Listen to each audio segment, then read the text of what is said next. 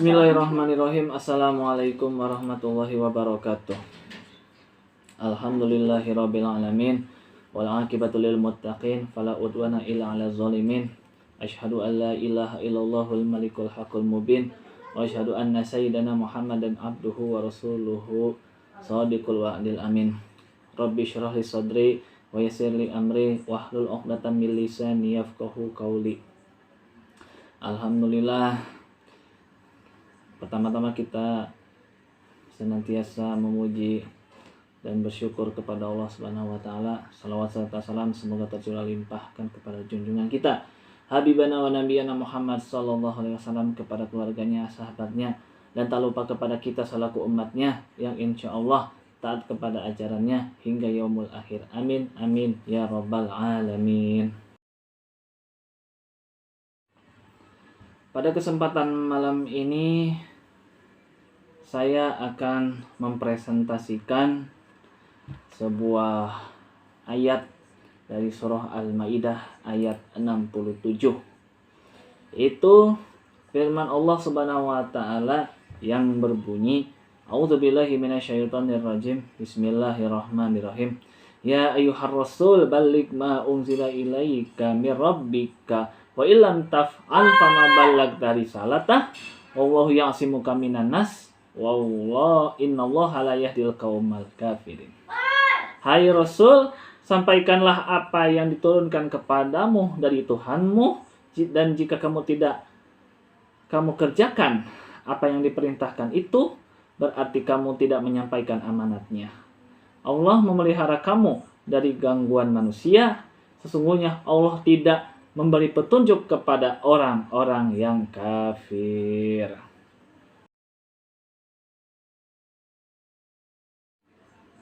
Kemudian asbabun nuzul dari surah Al-Maidah ayat 67, yaitu Abu Syekh mentengahkan dari Hasan bahwa Rasul SAW pernah bersabda, sesungguhnya Allah telah mengutusku untuk membawa risalahnya.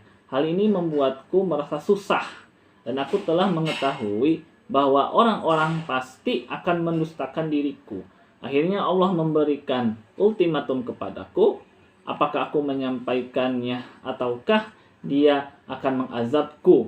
Kemudian Allah menurunkan ayat, hai Rasul, sampaikanlah apa yang diturunkan kepadamu dari Tuhanmu. Jadi ayat ini berbicara tentang dakwah. Jadi memang yang namanya dakwah itu harus ada prosedur dari Tuhan, prosedur dari Allah Subhanahu wa taala. Hai Rasul, sampaikanlah apa yang diturunkan kepadamu dari Tuhanmu. Karena ini mengandung banyak sekali kandungan teologi yang ada di dalamnya untuk menyampaikan amanatnya kepada umatnya. Karena memang tugas Rasul itu adalah pembawa kebaikan dakwah, itu amanah gitu ya. Jadi memang karena ada sebuah risalah yang diturunkan dari Allah kepada Rasulnya, artinya Rasul menyampaikan amanatnya gitu ya. Ini hanya disampaikan satu poin saja. Saya tidak bisa menyampaikan semuanya gitu ya.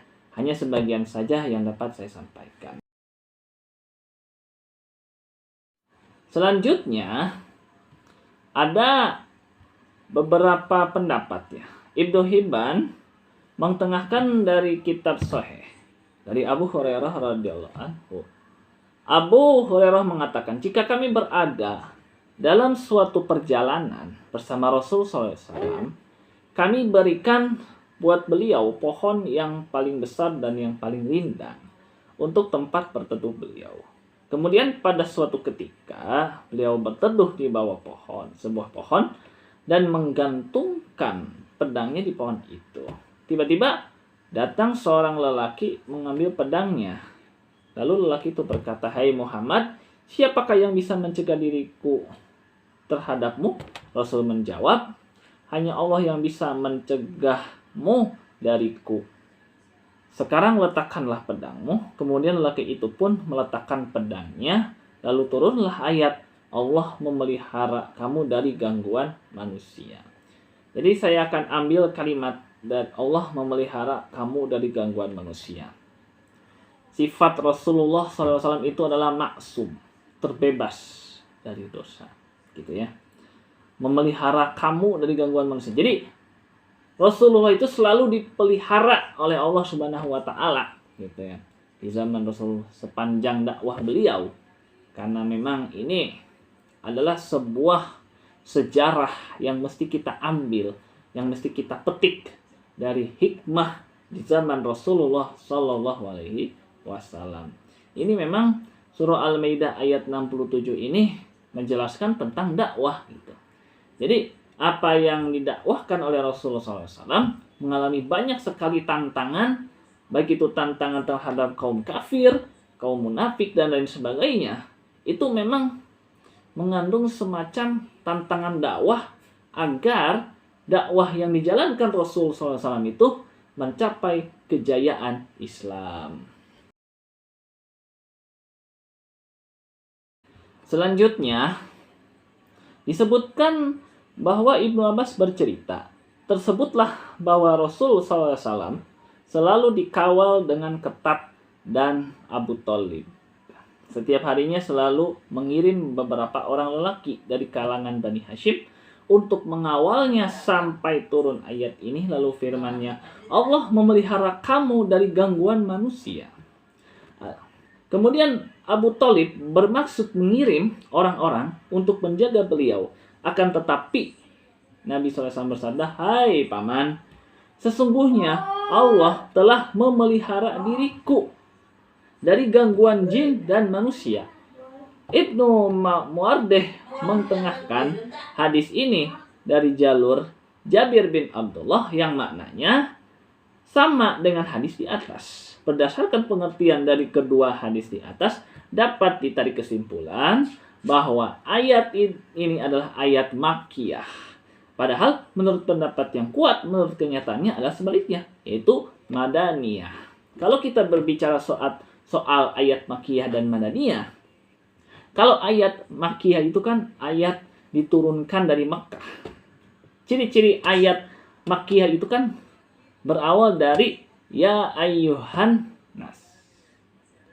Atau saya tidak tahu, mungkin ya ayyuhan nas, mungkin ya ayyuhalladzina amanu, mungkin gitu ya. Saya tidak tahu, wallahu a'lam bishawab.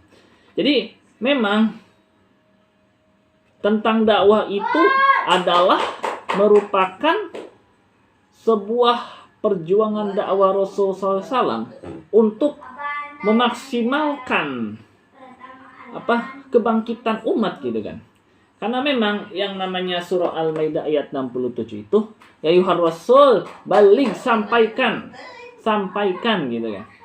Ini kan amanat dari Allah. Memang dakwah Rasulullah SAW itu berat sekali menghadapi tantangan, gitu kan. Di mana tantangan itu berhadapan dengan kaum kafir, kaum munafik, gitu kan. Ya, ini memang banyak sekali tantangan dakwah di masa Rasulullah SAW itu banyak sekali bisa menghasilkan beberapa orang yang mencintai agama Islam, gitu kan. Jadi dakwah Islam itu bertahap, gitu kan. Ada yang dakwah secara sembunyi-sembunyi, lalu berdakwah secara terang-terangan, gitu. Ya, memang itu. Jadi mungkin saya kurang paham ini, mungkin asbabun nuzulnya bagaimana, mungkin cerita ayat-ayat tersebut mungkin ya. Jadi kesimpulannya adalah dakwah adalah jalan terbaik untuk membangkitkan kesadaran umat manusia dan memperoleh cahaya hidayah bentuk dengan dakwah Islam, supaya kenyamanan dan dari mendapat kenyamanan saat berinteraksi dengan dakwah, dan maka dengan jalan dakwah akan terbuka lebar hati untuk menuju Allah Subhanahu wa taala. Mungkin itu saja yang dapat saya sampaikan.